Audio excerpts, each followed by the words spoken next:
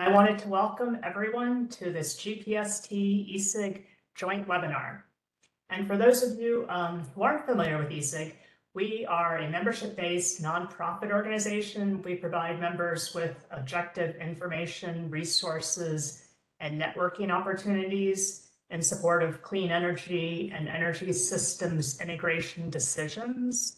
And we do this through workshops, tutorials, webinars, blogs, working groups, and task forces. We produce technical resource materials. I encourage you to go to the website at www.esig.energy or our YouTube channel, and you can see our workshops, which have been recorded, and our webinars on the YouTube channel. Right now, we're gearing up for our fall technical workshop that we're really excited about in Providence, Rhode Island in October. We also lead one of the pillars of the Global Power System Transformation Consortium, or G-PST. G-PST's mission is to bring together key actors to catalyze a rapid, clean energy transition at unprecedented scope and speed. And you can find more information on G-PST at www.globalpst.org. Just a few logistical matters before we get started. So we're going to mute all participant lines for the duration of the webinar.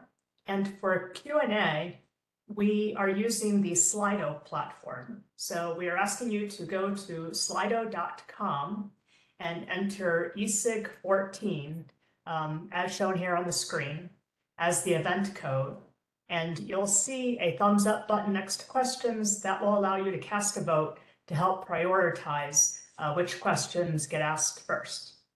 And we're planning to save 10 or 15 minutes for a Q&A at the end, and we'll wrap it up at the top of the hour. An email with a link will be provided once the video file has been posted, and we also plan to provide short responses to those questions that we didn't get to. So please don't be afraid to ask your questions through Slido. I'd like to introduce the topic. As you know, there's a blurry line between resource adequacy and resilience. While we may plan for supply to meet demand to some resource adequacy criteria, like 1 day in 10 years, we may also want to limit the damage of those rare loss of load events when they do occur. And in recent years, I'm sure you're all aware, we've seen extreme heat and extreme cold events lead to loss of load or near misses. So how do we identify and characterize extreme weather phenomena? And how do we think about ways to limit the damage of a stress event when it does occur? So today we have Derek Stenclik. He's the founding partner of Telos Energy, and he is also the chair of ESIG's Resource Adequacy Task Force, and he's also a good friend of mine.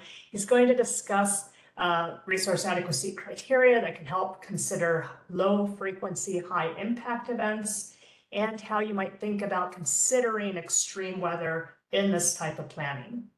And before he co-founded Telos, I was lucky to work alongside Derek at GE Energy Consulting on various power system studies. Derek's an industry leader in power grid planning, operations, and reliability, and he's also a frequent and high impact speaker on ESIG webinars. So just a short reminder again, please use slido.com with the event code of ESIG14 to ask your questions. And without any further ado, I'm going to turn it over to Derek.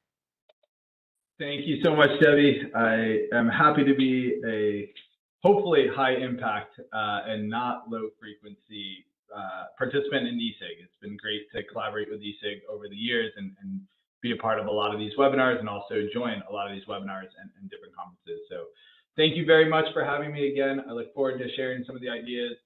A couple of the this topic, I plan to present some of the work we've done with ESIG around resource adequacy and criteria, as well as some of the resilience work, and try to tie in some of the other analysis we've done around the industry, trying to think through, like Debbie said, this blurry line between resource adequacy and resilience, and how should we be thinking about this in the future.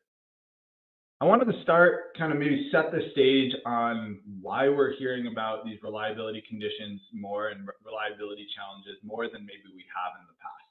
And part of this is extreme weather, and that's going to be the focus today. But I wanted to make sure this isn't all about the weather. I think there's these four challenges that are also impacting our power system and our power system planning.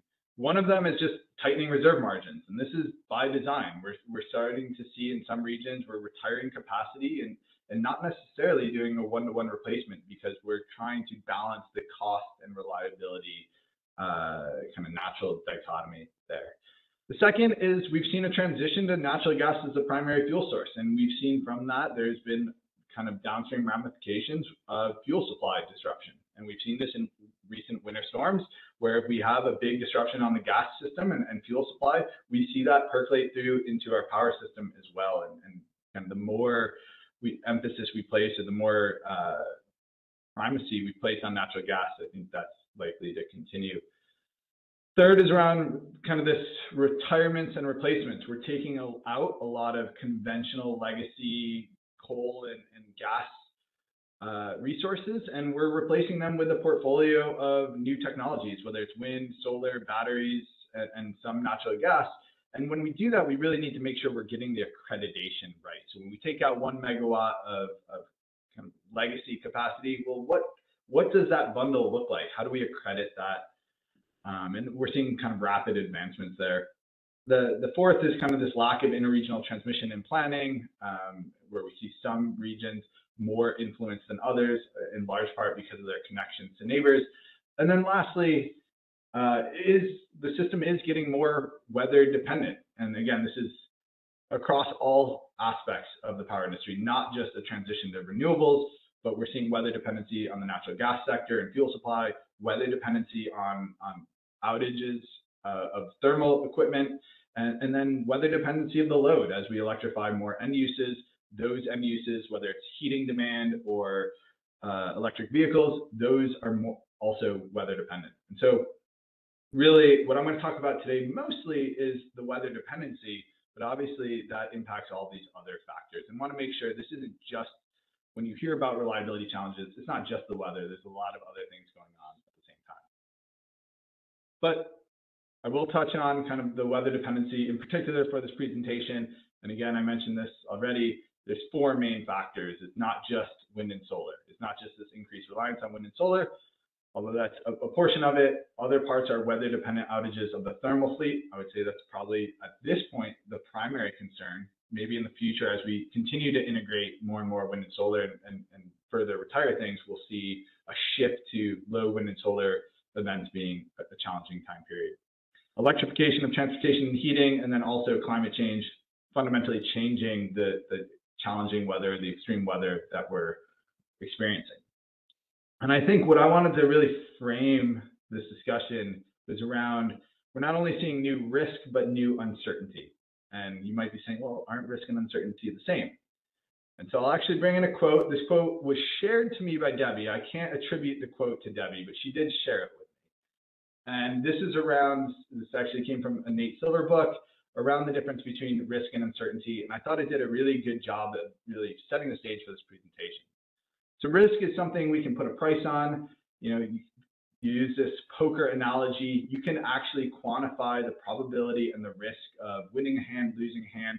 And you know, there's times when you get unlucky, but you know the odds, you can account for them, and you can plan for them. And I'd say that's our resource adequacy framework today. On the flip side, there's uncertainty. And this is risk that is hard to measure. We can't necessarily put a probability on it. I like this quote, there's vague awareness of the demons lurking out there. I think a lot of the power system planning folks can relate to that. It's like we kind of know what the risk can be, but we don't necessarily know how to perfectly estimate them or put a probability on them.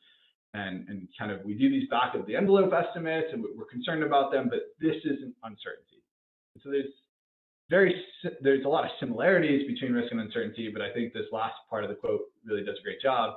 Risk greases the wheels of the free market economy, uncertainty grinds them to a halt. And I think if I were to kind of go one step further in applying this to the power system, I'd say risk is something we evaluate in resource adequacy. It's driving our capacity markets, it's driving our investment in new resources, and we're pretty good at it. as an industry. Like we're accustomed to quantifying these probabilities, doing our loss of load expectation, coming up with our 1 day and 10-year loss of load expectation, and trying to assign value or probability. We can certainly improve that. There's a lot of improvement to be done there, but I still think there's this underlying uncertainty, and it's something we're all concerned about. I think everybody has a sense like, hey, we should be planning for some of these risks more than maybe we are.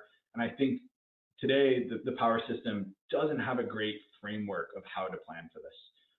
And so, you know, Debbie alluded to this as the difference between the blurry line between resource adequacy and resilience. This is maybe another way to think about this. And so, like Debbie said, facilitated the ESIG Resource Adequacy Task Force over the last few years. And I think over the last year, we really focused on new resource adequacy criteria. And part of it was trying to, how can we weave in this uncertainty aspect to it? So first part of the presentation here is to really talk about some of that work and how we can think about new criteria to evaluate risk, and specifically around tail risk of these high impact, low probability events. So mentioned the ESIG Resource Adequacy Task Force has been a multi-year effort. The most recent work has been really around designing new reliability criteria, moving beyond 1 day and 10. But there's other good work there. You can at least get the latest report, the number 3 here, using that QR code. You can do a quick Google search and get the others very easily. We started out with really foundational elements of resource adequacy, how that's changing due to correlation and chronology of the power system. Then we went into capacity accreditation and procurement, and really this latest one that I'm going to focus on today is around new reliability criteria. And how do we continue to use the probabilistic methods to evaluate risk, but then also bring in this uncertainty component. And so it's kind of been following these building blocks, right? And I'm going to use a lot of terminology. So this is my one slide to really set the foundation of resource adequacy and resilience here in this discussion. So I call these the building blocks. Adequacy assessments and studies, you'll hear me refer to throughout this presentation. These are forward-looking, probabilistic resource adequacy simulations. And this is trying to assess, well, what's the collective adequacy of our entire power supply? Think of the 1 day and 10-year loss of load expectation that many regions plan to. This is looking at a system level. Is the system adequate or not? What is our ability to serve load under a wide range of fluctuating demand, fluctuating fuel supply, fluctuating resource availability? Resource adequacy metrics, that's how we quantify that resource adequacy risk. That's really how we measure the size, frequency, duration, and timing of the system risk. We do the assessment. From that, we get the metrics. The third component is capacity accreditation. And that's saying, well, how much does each resource count towards that reliability requirement? So how can we, in a consistent way, measure the benefits that each type of resource, or maybe each individual generator, brings to the system? So it's kind of comparing resources against one another for their resource adequacy benefits, and ultimately the compensation we provide for capacity markets, or just in selecting resources to meet reliability needs. And that gets to the fourth building block. The one I'm going to kind of talk about here is the resource adequacy criteria. So this sets the threshold, right? This says what's acceptable, what's not. Today, in many regions in North America, that's 1 day and 10-year LOLE, or loss of load expectation. And it's setting that line in the sand. It's saying what level of risk is appropriate, what are we willing to live with, and what do we need to build towards? And so that's really answering the question, how adequate of a system should we have? All of these building blocks really work together. You know, they all rely on one another, but you'll hear my terminology throughout the presentation and really talk about how these work together. But again, the focus on the resource adequacy criteria.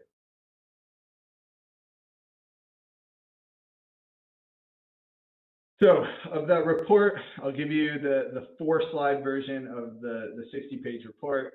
But the final recommendations coming out of that task force, one was to transition towards a multi-metric criteria. And what this means is today in many regions, we have the 1 day and 10-year loss of load expectation. surprising, or maybe not surprising, the entire task force felt very comfortable and wanted that to stay. So I think nobody was ready to get rid of 1 day in 10 altogether. The question was, do we need more? Do we need to make sure there's other metrics in our criteria, in our planning criteria, that we can bring in? And that might be an expected unserved energy component. So not only are we going to measure the frequency of events with our loss of load expectation, how often we have resource adequacy shortfalls, but start to bring in other measures to say, well, how large might they be from an expected unserved energy basis?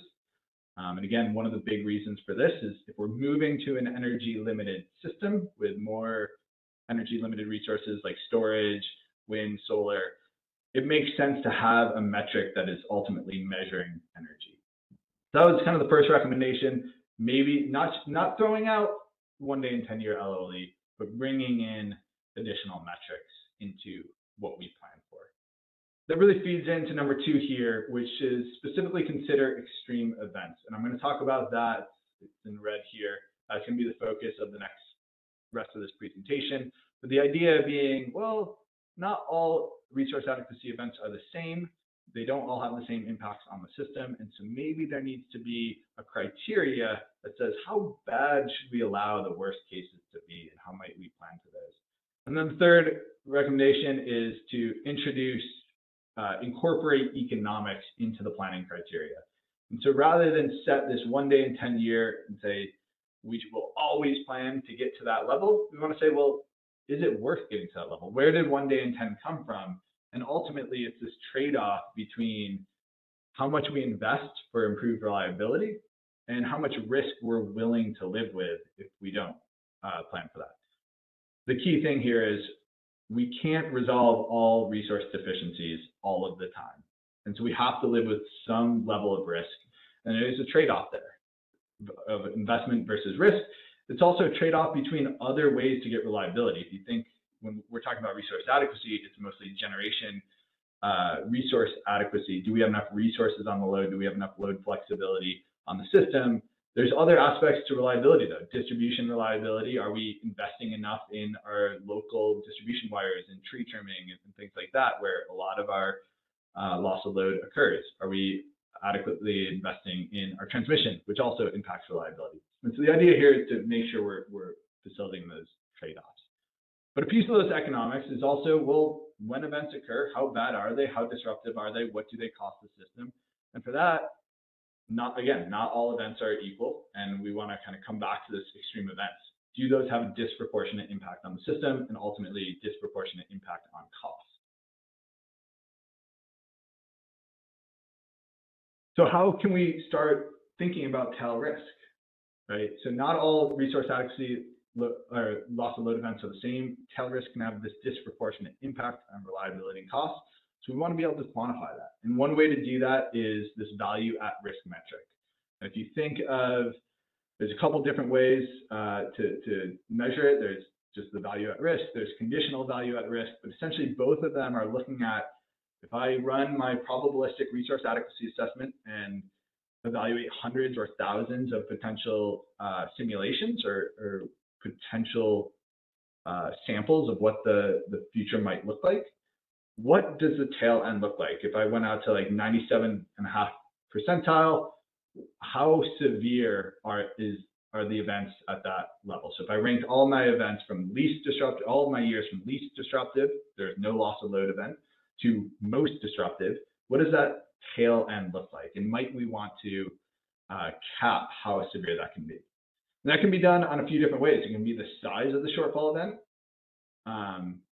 both in terms of megawatt hours, megawatts, or duration, right? It could be in hours. And so you can say, we're going to plan to 1 day in 10 year. We're going to make sure we have the right frequency of events, but we're also going to plan to make sure the worst cases aren't that bad. And this is something that I think Northwest Power Conservation Council, NWPCC, is currently putting into their new resource adequacy framework. It's also something ERCOT has been proposing in their criteria redesign process. And so this idea that we're going to still plan to the average, but we're going to give a little bit more emphasis to make sure the worst case isn't so bad. And so this is one way to bring that in. Another way to visualize that, and this is kind of coming out of that ERCOT example, where the scatter plot, this shows all of our loss of load events. Each dot is a loss of load event for the ERCOT system across hundreds or thousands of simulations. So each dot is a loss of load event. The x-axis is telling us, well, how large of an event was that in terms of megawatt hours? How much load was lost in the event?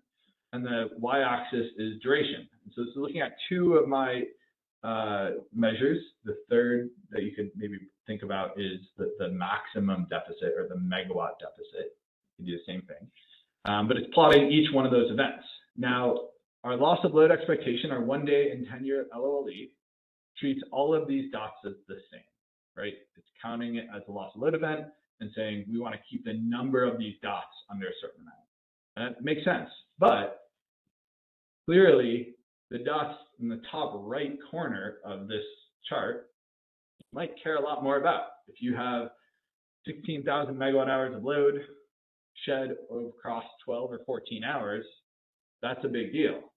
If you have, well, not any resource adequacy event is something to make light of, but if you have a 1 hour event and it's only 1 or 2% of your load, maybe don't give as much attention to those. And so this kind of exceedance probability, that's kind of going back to this C-bar type metric where we're saying, well, what's the probability? We want to make sure our worst case events are below a certain exceedance level and really trying to cap how bad the downside risk can be.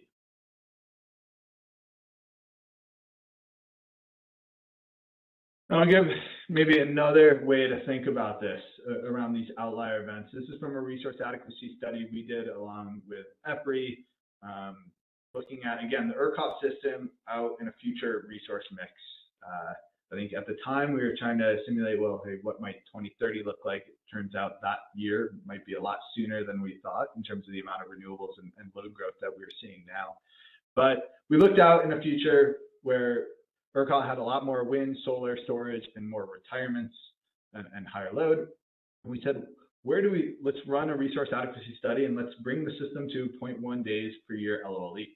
Well, in that system, 5 days accounted for more than 80% of all the loss of load days that we saw. So we ran 40 years of simulation, 40 weather years of simulation, so over 14,000 days we evaluated, and 5 days in that historical period, all of which were in the 1980s, and really it's in 3 weather events, in 82, 89, 85, accounted for the vast majority of the loss of load events. And so really, while we're thinking about this as probabilistic, embedded in our probabilistic assessment are these outlier days that are they're stress events on the system. And the question is, if we have a loss of load probability of this day, December 22nd, 1989, it's one of the coldest, this event would actually make Winter Storm Uri look mild in terms of the breadth of how large it was and how cold it got. You can see that just on the temperature range here for Austin. If we drop load every day, every time that day comes up in the simulation, we shed load, the system cannot get through it, no matter what the forced outages look like. That might be problematic. That might be a stress event that we want to look at in more detail and say, well, even if it only occurred once out of 40 years, we might want to give more attention to say, what might we do to mitigate that event and improve the reliability of the system.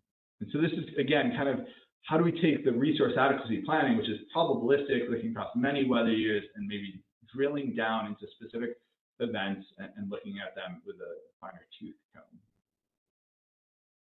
And so the process that also came out of this resource adequacy criteria paper is, well, not only do we need kind of these new metrics and a multi-metric criteria, but we might actually need a two-prong approach altogether, where we continue to use the probabilistic resource adequacy analysis, but then we go into what I call stress testing of specific conditions. Say, well, even if we have an event that's relatively rare, we want to drill into that in much more detail, understand what's going on in the system, and importantly, look at a wide range of mitigations to solve that. It's not just about adding capacity to get through that. We want to look a little bit more broadly on how we might get through that event.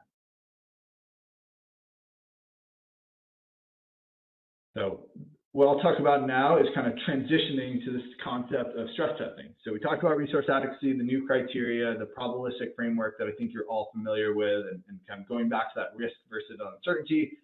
This top pane, that's how we quantify risk, and that's how we plan for risk. This bottom one is uncertainty. That stuff that's lurking out there, we might not be able to assign a probability on. Kind of this is the approach to that. So it's a two-pronged approach to risk versus uncertainty.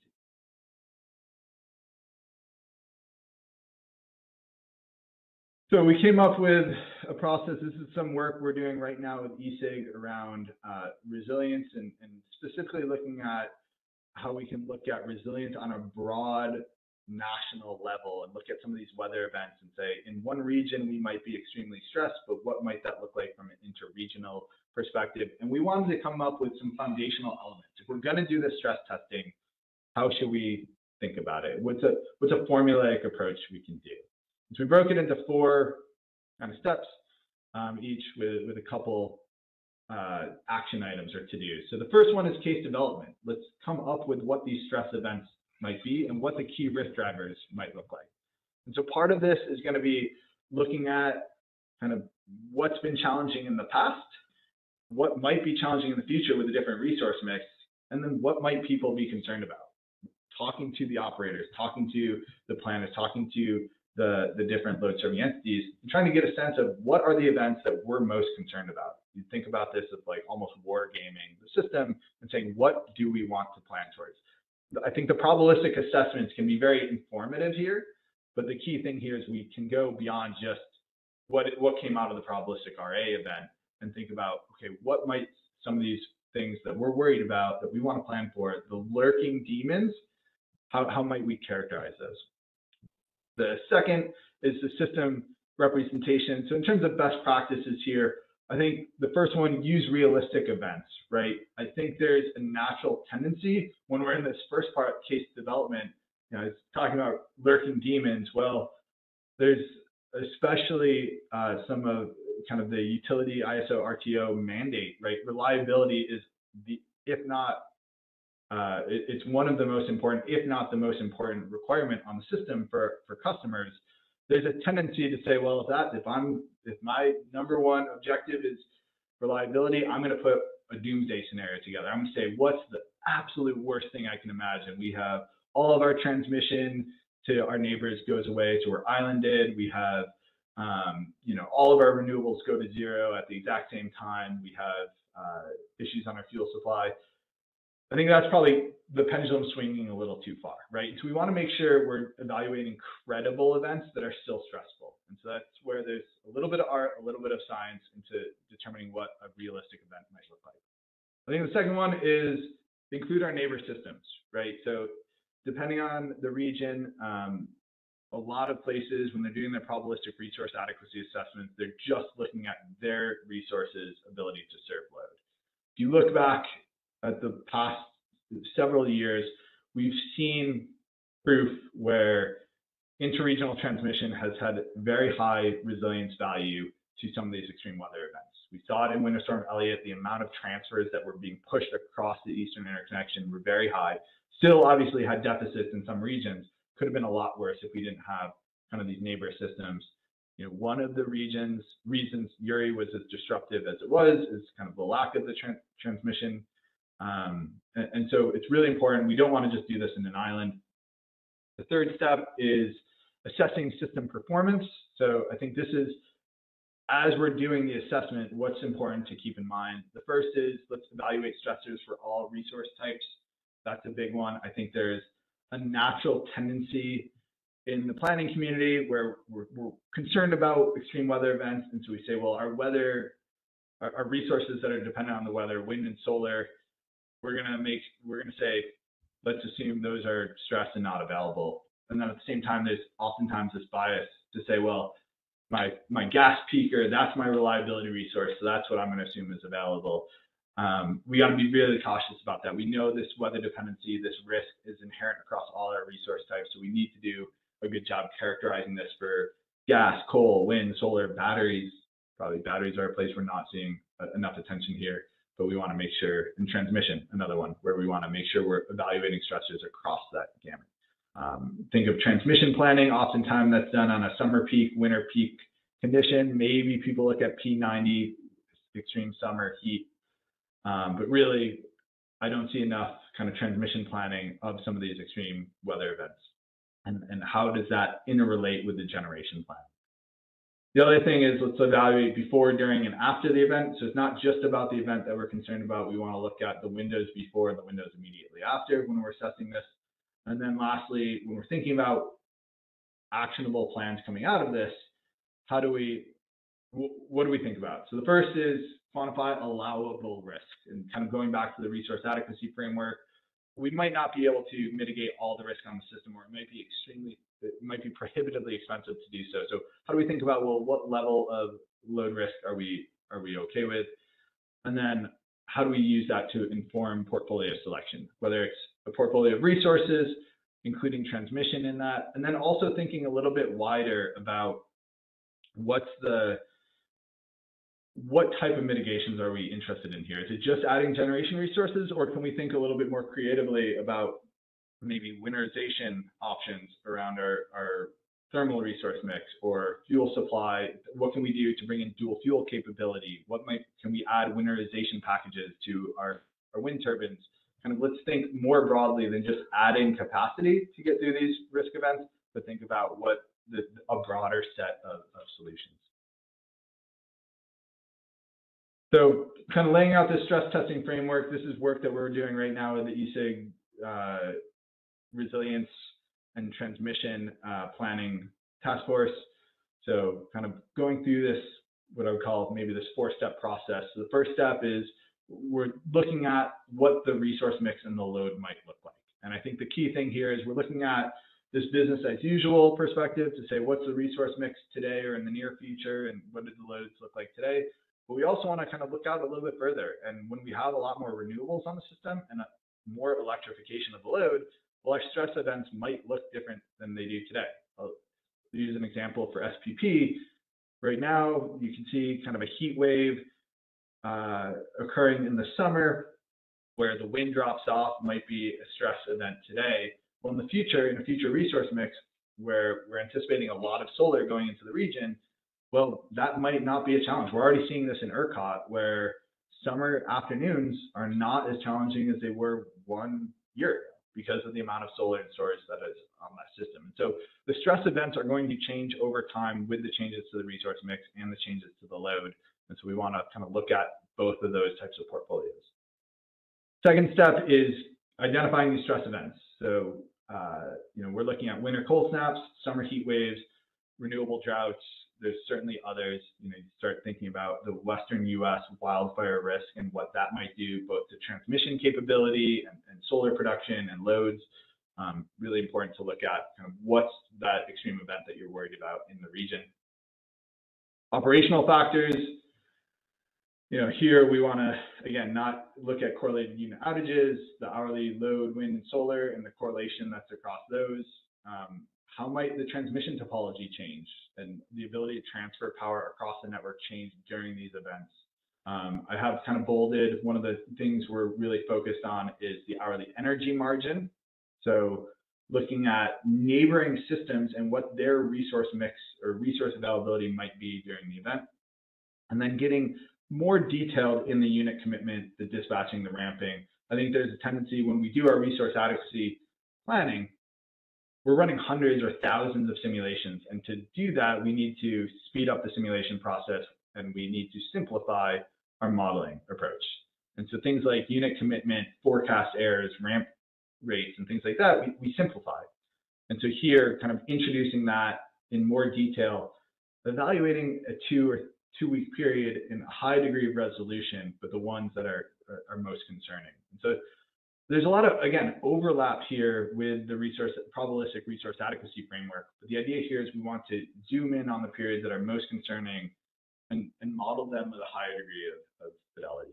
And then when we get kind of on the outputs here, or the variables that we're stressing, load forecast error, transmission derates, fuel supply disruptions, the interregional resource availability again, climate trends, things like that, things that we don't always get to in our probabilistic RA framework. So to do this, though, we need better weather data, right? That's kind of the underpin of all of this. I would say if we think through why there's this lurking demon that we can't characterize very well, a lot of that's just because we don't have great weather data at our disposal, right? We're moving to a system that is more weather dependent. The data we have to evaluate that is frankly not up to snuff, right? To do this well, we need 30 to 40 years minimum of correlated load, wind, solar, and thermal outages or just generator outages. We need this at a continental scale. It can't just be for one region. I think there's a few regions that are ahead of the curve here, but we really need this at a continental scale. And so ESIG put out a task force and work on this. You can find this report. Justin Sharp led the task force. I think a really good synopsis of the type of data gaps that we have today and what we need in the future. And so kind of one example that's getting us in that direction, it's certainly not perfect. It hits checks some of these boxes that are on the previous slide, but not all of them. The data set that came out of PNNL, we've been working hard over the last few months digging into this. I actually learned about this data set when I was at the ESIG Tucson workshop where Casey Burleson presented his work. And they have 43 years of historical hourly data across the entire country at both county level resolution and balancing authority resolution, really on a temperature basis. So it lets us identify periods of extreme heat, extreme cold, and again, across a multi-decadal view and across all regions, which is really important. So we've been digging into this a little bit. I'm going to share a couple of outputs of that analysis here next. I wanted to make sure that's properly attributed and cited to the good work at PNNL. So we canvassed through that data set, and we wanted to screen for extreme heat and cold events, right? We wanted to look at periods where there's 3-day rolling temperatures for both extreme heat and extreme cold, and identify multi-day periods of extreme heat and cold. So again, multi-day weather events we wanted to look at, and we wanted to look at a wide area assessment. So we wanted to look at, for each region, when was the most extreme heat and cold event for those regions, but then also look, when are we seeing this hit multiple regions at the same time, right? Because that's the key thing here. Especially for the systems that are more interconnected, if they're hitting extreme heat and extreme cold by themselves, they're probably okay because they can lean on a neighbor. When are we seeing this wide area impact? We looked across all the different regions, and so this is kind of going from west to east across the US. For kind of each row is a weather event. I kind of group them together by year and month, but we go down to the daily basis for this. And we say, the numbers here are the rank. So out of the 40 years we looked at, what was the coldest event that we saw? When did it occur? And you can start to see where some of these line up, right? This December 1989, I was just talking about this on the ERCOT example. It was the worst case ERCOT example. It was also the worst case SPP across that 40-year history. You know, it's challenging across MISO, the Southeast, Florida, all hitting this and sorry, it should be kind of notched over here to PJM. Really, this is a huge wide area event. Similarly, kind of a cold event in the West, you'd have kind of all 3 regions, the entire Western Interconnect hitting its coldest event. We've done some additional work to further split out the different regions in the West because it is a large area. I think if you go back to January 2024, this previous January, there's an extreme cold snap that probably ranks similarly. But you can see how kind of we look at this wide area assessment, how we go through the historical data, and this might be a process where you can start to use this to identify extreme heat and cold events that we want to look at in more detail. So doing some of this to hopefully feed up into the TPL-8 standard that's moving forward. The other thing that comes out of this is the recency, I call it recency bias. We're all kind of accustomed to Winter Storm Uri, Winter Storm Elliott. They made the news, very disruptive on the power system. If you look on a 40-year basis, actually nowhere near the worst events. A lot of that is climate trends, right? The climates are getting warmer, so these cold events aren't as bad as they used to be. If you look at Winter Storm Elliott, for example, for the Southeast, it wasn't even a top 6 event. You'd have to go back to the 80s for that. And again, Climate change is making these 80s events less likely to occur, but they're still potentially out there, right? And we want to make sure we might not assign the same probability of those occurring. So in the RA framework, maybe we don't want to assign the same probability, but from an extreme stress testing perspective, we want to make sure we're looking across a lot of time. So this is an example. The other piece of this is not only looking at kind of how cold can it get or how can it get, but let's look at this in a regional framework. Because the key thing here is it's not extreme weather in all places at the same time. We can have wide area events, but you know, we can look at how these events span the system both geographically and temporally. And so this is an example of Winter Storm Elliott. We kind of from that data set, we can zoom into any weather event that we want. We have a nice interactive dashboard, and then of course when I go to present, we just put it into static stills. So you can see how Winter Storm Elliott started on, I guess this is December 23rd, and then how it moves through the system, kind of moves to the east, and this is when we start seeing some of the load shed events in the southeast. And then if we go one step after that, we start seeing it hit the northeast. And so when we're doing these stress testing, we want to think broadly because we can leverage some of this weather diversity, load diversity, renewable diversity when we're doing some interregional planning. So with that, I guess I'll kind of tie up here. There are some word of caution. So this, similar to that first best practices slide I walked through, kind of formulating a process here. I think there's some do's and don'ts that we want to be very careful of if we're applying stress testing. I think the number one thing here is we got to avoid using this to copper sheet the system or just kind of we don't want to use this to overbuild the system. And I'm very wary that this type of stress testing kind of taken in the wrong example could lead to people say, okay, we're just going to overbuild the system because we want to make sure we avoid these worst case scenarios. So it's kind of this balancing act. I think these do's and don'ts can help us balance some of that. Again, you know, the do's, make sure we're working closely with meteorologists. I'm very guilty of, last slide, dipping into meteorological data, but I'm not a meteorologist. I don't claim to be, so we have to be careful. This is really cross-disciplinary.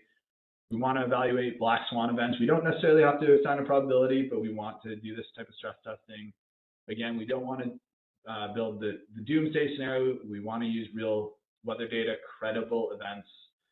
We want to do this interregionally, and we want to apply the stressors to all resource types. So this is really a cautionary slide. Let's make sure as we're doing this, we're really thinking through the details and we're not just kind of using it to overbuild the system and come up with these events that are too disruptive. And kind of thinking about that, the other piece to think about is, I think risk, if I go back to that risk versus uncertainty framework, risk is something we can assign a probability to. It's the way we set up our resource adequacy framework today. It's the foundation for our capacity markets. I don't think we should necessarily change that. It's just how do we think about uncertainty, risk versus uncertainty. And I think one of the ways we mitigate that is we don't just look at adding capacity, right? We want to look at other options around transmission, load flexibility, winterization, fuel supply, electric gas coordination. There's a lot more to this stress testing than I think just the resource adequacy framework. So with that, kind of good timing here. We have left some time for questions. Yeah, at a high level, kind of this risk versus uncertainty. There's this blurry line between resource adequacy and resilience, and the way we're thinking about that. And again, go read the criteria report from ESIG. I think it does kind of talks about this dual prong approach. Keep the resource adequacy framework, layering in the stress testing concept. With that, I will hand it over to you, Debbie. Great, thank you so much, Derek, for that dive into what we learned both out of the resource adequacy and the weather and the resilience work that you're doing now. So for folks on the phone, please go to slido.com, enter in ESIG 14, and you can vote up or down questions. So there's a bunch of questions here, Derek. I'm going to start with some of these at the top. So first person is asking, how single system studies, so maybe for a vertically integrated utility like we're doing in the Southeast, and region-wide studies, how should they interact? How should we think about those studies that we do for a single utility and then for a region interacting? Great. Thank you for asking the question. We'll pay your commission later because this is actually a perfect segue into the next ESIG RA task force, which is really going to be around wide area resource adequacy assessments and how do you do exactly what you're talking about here. I'm not proposing we do away with individual system studies, right? The regulators in many places say for each utility or each ISO RTO, they need to be sufficient to serve their own load with their own resources. So I'm not saying we need to move away from that altogether, but we need to kind of also think about a wide area assessment. I think a good example of this, and it's going to be a foundation of some of the stuff we're talking about in the next task force, is what's going on in Europe, the ERAA, the European Resource Adequacy Assessment, conducted, kind of led by ENSOE. And it's looking probabilistically, doing an RA assessment of the entire continental Europe, I guess it's including Great Britain, the entire European power system, interconnected power system, and doing an RA framework using consistent methods, consistent models, consistent metrics across the entire region. But then each region is still doing their own study. So I know, kind of talking through with some planners at AirGrid, they are still doing their resource adequacy assessments, and then they're using what they're learning from the wide area assessment to feed in as an input to their regional or local study. I think we can really leverage some of those best practices here in North America. Right now, we have kind of the Prov A assessments, which are done on a small regional basis, but I think we can kind of still have this macro view, be able to drill down into the local. And really, if I was to kind of tee up the transmission resilience work that we're doing, what we're trying to do there is come up with a way that we can have this be scalable, where we can do the wide area assessment and then use kind of a simplified wide area assessment in that local planning. So how do we take that simplified representation of all the neighbors and then embed that in our local planning? Hopefully that helps. Yeah, that sounds great. So the next question, and wow, these are changing fast, is on DERs. Any thoughts on how distributed energy resources can supplement resource adequacy? How can we measure the impact of DERs? Yeah, so I would kind of put this in that framework. Well, first of all, I think DERs fit into that normal resource adequacy framework. We can accredit DERs, we can count them as capacity, and we can kind of have them embedded in our capacity markets or just as load modifying resources that reduce the overall need. So I think this really is one that fits both in the conventional resource adequacy framework. DER should be a bundle of options to meet our capacity requirements.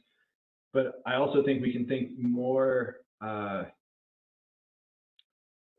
broader when we're thinking about the stress testing and what might other DERs ability be to help mitigate some of these specific stress events. So maybe there's a specific program we can implement if what we're worried about is a specific cold snap hitting a certain region. Maybe there's a program that we can put together that we're less concerned about the overall capacity obligations of it, but maybe it's an emergency backstop or some other DER that we can embed from a risk perspective. I think California did this out of the 2020 event where they had a loss of load event. They stood up two programs in CPC and CEC, which are kind of outside of the resource adequacy framework, but they're emergency DER. They don't get paid capacity, but if they get called on, it's voluntary participation. They get paid if they participate. And that's been pretty effective.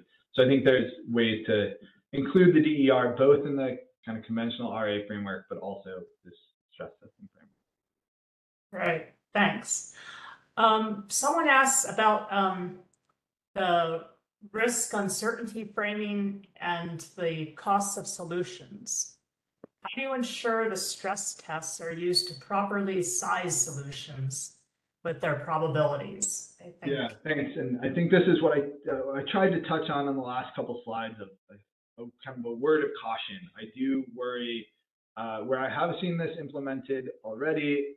It's kind of, I've seen places develop these doomsday scenarios, which are kind of pushing what might be credible and kind of coming up with this doomsday scenario, and then using that to justify a single investment in capacity. I do get worried about that, because that might be kind of taking this uncertainty framing plus cost a little bit too far. I think the benefit here is we don't have to solve these stress events just using capacity additions. And I think frankly, we shouldn't. I think that's what the RA framework is for. That's when we assign probability. Again, we're good at characterizing that risk, or we're getting better. On the uncertainty, let's think about kind of a bundle of solutions. That's winterization, it's fuel supply, it's interregional transmission, things like that, where again, you still have to balance the cost, but it can be done in a broader set of solutions, which I think protects us a bit. Great, thanks. Derek asks, stationary predictions for high impact weather events are becoming obsolete. How do you adjust for changes in weather averages that differ from 40+ year models? So I think this is related to climate change and how weather is changing.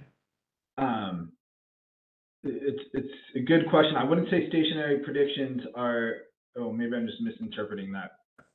But I wouldn't say they're not useful. I think what's obsolete is the probability, right?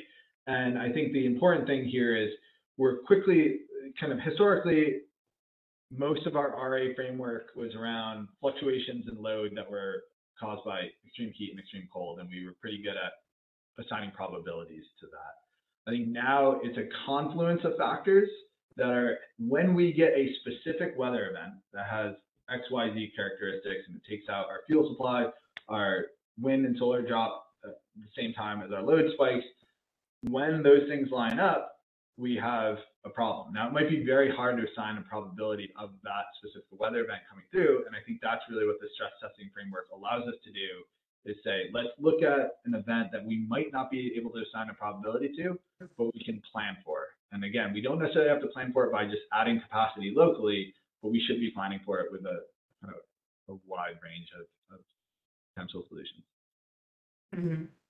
And I think that's also related to this next question, which is saying historical weather data is usually not a perfect match for, I think they mean extreme conditions and right-of-way conditions. How does that error affect understanding or model errors of tail events? Yeah, so, I think all of this is kind of related, where the RA framework, it kind of uses that 10, 15, 20, 40 years of historical data and kind of evaluates the adequacy of supply versus load on that probabilistic framework. But we know that weather data isn't perfect. In fact, it's far from perfect in a lot of respects. And so I think what this stress testing allows us to do is break away from that, hey, we have to kind of use this data set because that's the only thing we have, and get into, well, let's come up with a reasonable, credible stress event, and we can kind of characterize that a little bit outside of the data limitations that we have. So I think this helps us overcome some of those data limitations with this framework. Great, thanks. Another question asks, looking at the February 2021 Texas event, if we use this framework and pre-event weather data, would it help Texas be more prepared for that type of event? I think we have shown in some of our analysis that if you properly include the wind, solar, load, and characterize fuel supply disruptions, if you characterize that correctly in the model, we see deficiencies show up at the same scale that we've seen in Winter Storm Uri. So we've been able to pretty realistically represent the Winter Storm Uri event as long as we're including the right data. And I think if we were embedding that in our analysis and doing stress testing like this, it would show you what I think we're now all very accustomed to. When I was doing this work maybe 2-3 years ago, I would always say, like, winter is the new summer. I think it would have redirected some attention to the winter events, even though, you know, we're ERCOT still summer peaking system, even in these cold snaps. It would kind of redirect some of the focus to the winter season and really show that fuel supply there's a very big focus on renewables and how do we accredit renewables for the uncertainty of not showing up.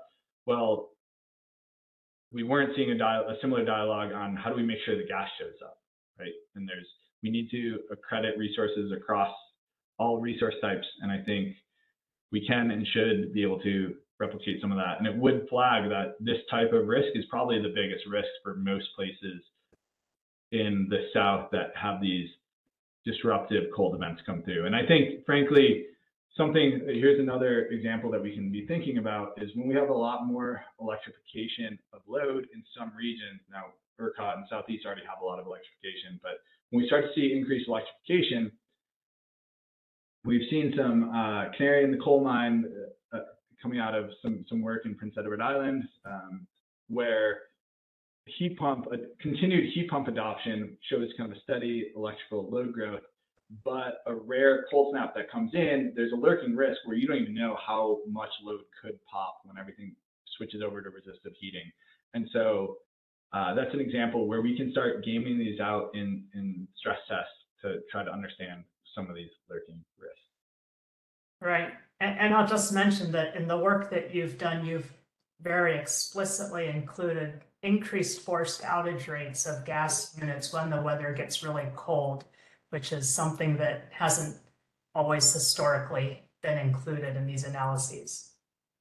So there's a question that says, what updates on operational timescales are required to enable a coordinated response to events occurring coincidentally across multiple systems? So what do we need to do in operations when we've got cold events occurring over these large regions? I think, well, I actually don't know the operations space as well as I should, like all planners. I think in operations, the operators are doing a pretty good job when these extreme events happen, right? Like if you look at flows across the system during some of these extreme events, I think you could argue around whether or not interregional transmission is being used on a day-to-day basis well, right? There's some market frictions between the regions that maybe we're not getting as much value out of those transmission linkages that we could on a day-to-day basis. But if you look at the extreme events, I think the operators are actually doing a pretty good job of using what they have during those operational timescales. I think the bigger gap is operations versus planning, which if the planners aren't evaluating those extreme events, well, the operators aren't going to have the tools at their disposal to work with, right? And so I think the disconnect is actually on the planning side, maybe not as much on the operations side. The operators are doing the best they can with what they have. I think we just need to give them better tools, resources. Yeah, maybe, and just the fact that we've got our gas electric coordination issues that continue to be a problem. The next question is, have you considered the use of robust or distributionally robust optimization methods to provide risk-averse solutions when you have insufficient data? I think the answer to that is safely no, but would be happy to learn more. Okay, so whoever sent this, you can see Derek's email right here. Yep. I think we probably have time for one more before we're going to need to wrap it up.